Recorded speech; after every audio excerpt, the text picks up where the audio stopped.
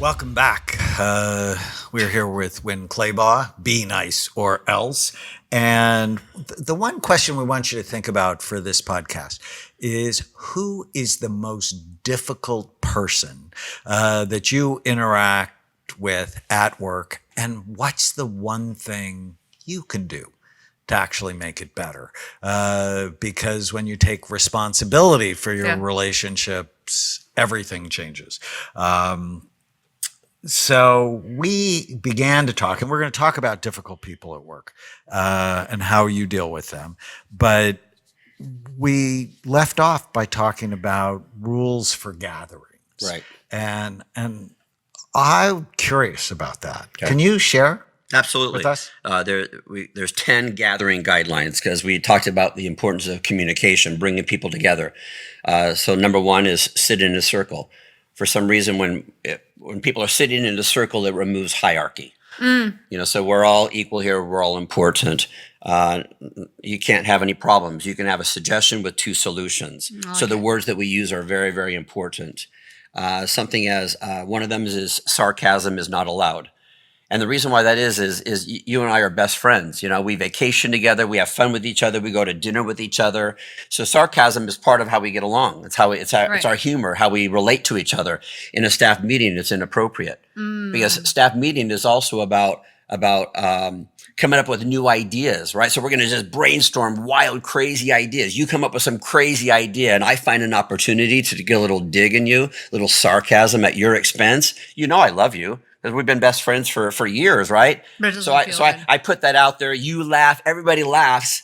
But are you going to be as free with your creativity next time? No. What did I just do to my best friend? So in a staff meeting, sarcasm just is inappropriate. Other things like it's great to have a mind of your own. Use it only when it matters. And that's one of the gathering guidelines because, people just like to talk. Well, you already said that idea. So do I need to repeat it too? Do I need to jump in on that too? Or I have a mind of my own. Use it only when it matters. Interesting. And we recommend, and I have it, that gathering guidelines is poster size hanging in the room where people are gathering. So, because I've overheard people in a staff meeting say, number five, which is no sarcasm. It's like, we're in a staff, no sarcasm here, right? So they remind each other, oh, we're in a huddle.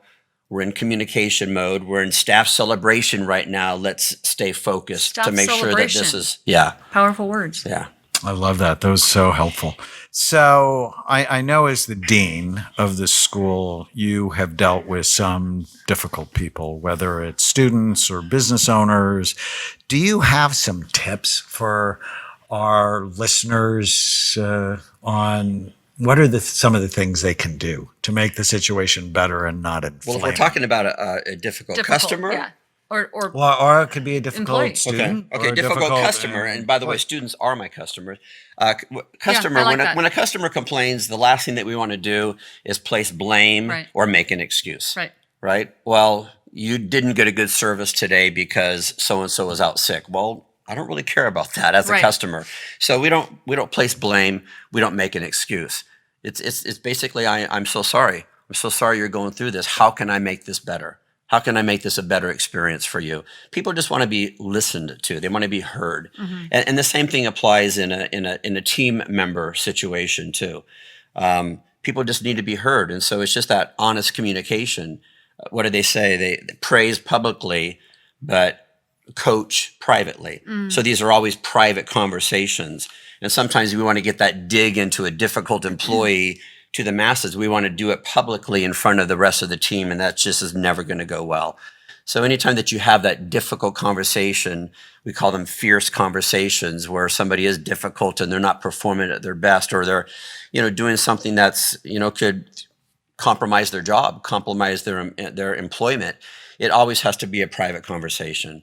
And but people need to be listened to. People need to be heard, because sometimes we don't know the story. We don't know but that something is going on at home. We don't know but that they ran over their cat that day. We don't know the story, and we need to have the story. I know bad about the cat. I know, but we have to have the information. So, and I agree with you. Sometimes it's simply the way that you speak to someone can either elevate it or can escalate it, or it can, we can diffuse it. It's a skill right there. set. It is. It's a skill set to know how to diffuse people. Yeah. Right. And to be a great listener. Mm-hmm. I totally agree. I mean, with that. and we spend years learning how to talk, how to read, how to write. How much time have we spent on how to listen? It's so true. And yet, if we're talking about a customer, what's a customer's number one complaint? They don't listen to me. Yeah. And it's We need to interesting learn because the how to environment that I worked in for so long, that wasn't a necessary skill set. Like being very assertive was just Of what you course. had to do, and being, just very intense, and everyone's yelling and it's just very intense. So coming out of that and becoming a mother, boy, do you have to learn a new skill set, right? Daniel was very helpful with me with that. One of our cultural beliefs, what we train people is the philosophy of go in asking.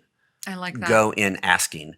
Meaning when you go into those situations, ask questions. Because what we do is we go into a situation thinking that we have all the facts. We don't have all the facts. Right. And every time that I go in without asking, I blow it. Because I assume that the reason why they're acting this way is because of this, this, and this. And, So true. and I didn't have this piece of information that really would have helped the conversation. So true. And so we always say that, hey, you're having a coaching session, just make sure you go in asking. So when we sit down with that difficult person, we're going to ask questions before we go in blasting, before we go in accusing, before we go in assuming that they are guilty. Let's just go in asking first. I like that. I have a phrase I like a lot. I actually used it this morning with a patient. Be curious, not furious. Oh, I love And that. so that's very much similar to what you're saying, is go in asking rather than blaming. Because when you blame, you lose almost right out of the gate. Absolutely. Because now you're a victim of the other person and you have no power. In Feel Better, Fast, and Make It Last, I have this mnemonic I love called relating. It's in the attachment chapter because we are relationship beings. We're not polar bears. Polar bears can be just happy alone, except for very few brief moments, when they're babies or they're Procreating. having sex. Otherwise, they're happy. Humans are unhappy. And actually being isolated is a risk factor for dementia. But relating is ours responsibility. I'm responsible for this interaction. What is it I can do today to make it better? I know I can make it worse. It's empathy, seeing things from their standpoint, listening, just like you said. We don't listen. I mean, if you just listen to the news, they're screaming over each other. It's terrible. A is assertiveness. I mean, you have to be able to say what you believe. Too often, anxiety causes other people to abuse you because you can't stand up for yourself. Time, actual physical time, just like you said, if you just went to your office and locked the door, people are going to make up stories about you. They need time. The I is really special. It's inquire. It's, are your thoughts helpful or hurtful? So it's actually inquiring into the quality Self-inquiry. of your own thoughts. And is notice what you like more than what you like don't. that. I mean, how do they train animals to do amazing things? It's positive reinforcement. And G is grace and forgiveness, because all of us make mistakes. If you just take an inventory of the mistakes you've made, you're going to be more graceful with other people. You made a good one distinction was assertiveness. One thing we learn in martial arts, because people think of, you're trained in martial arts, it's very aggressive. Actually, it's not. They make a very strong distinction between aggression and assertion. And so it's that what they really focus on is not being aggressive, removing aggression, and focusing on being assertive only when necessary. So it's a very interesting distinction. Well, to come with all of that, we have to have what I call a reservoir. We have to have this full.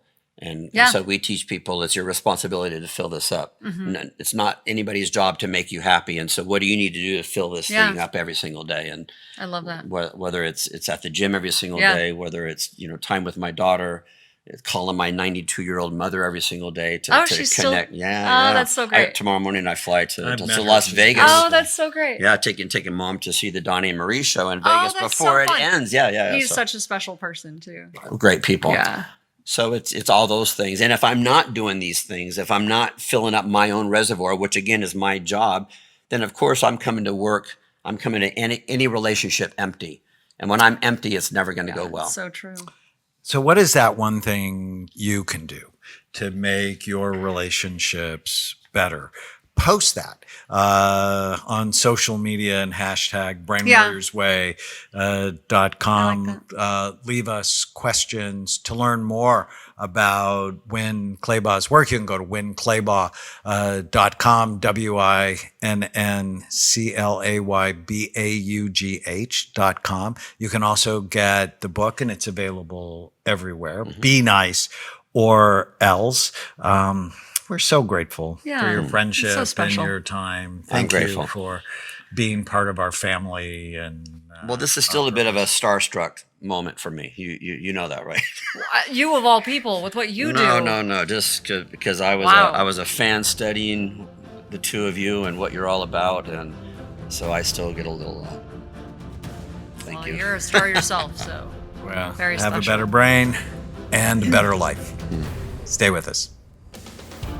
If you're enjoying the Brain Warriors Way podcast, please don't forget to subscribe so you'll always know when there's a new episode.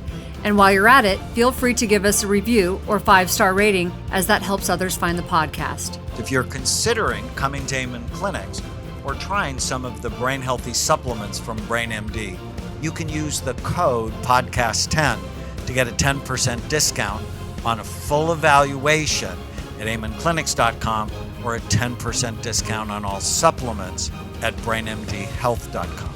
For more information, give us a call at 855-978-1363.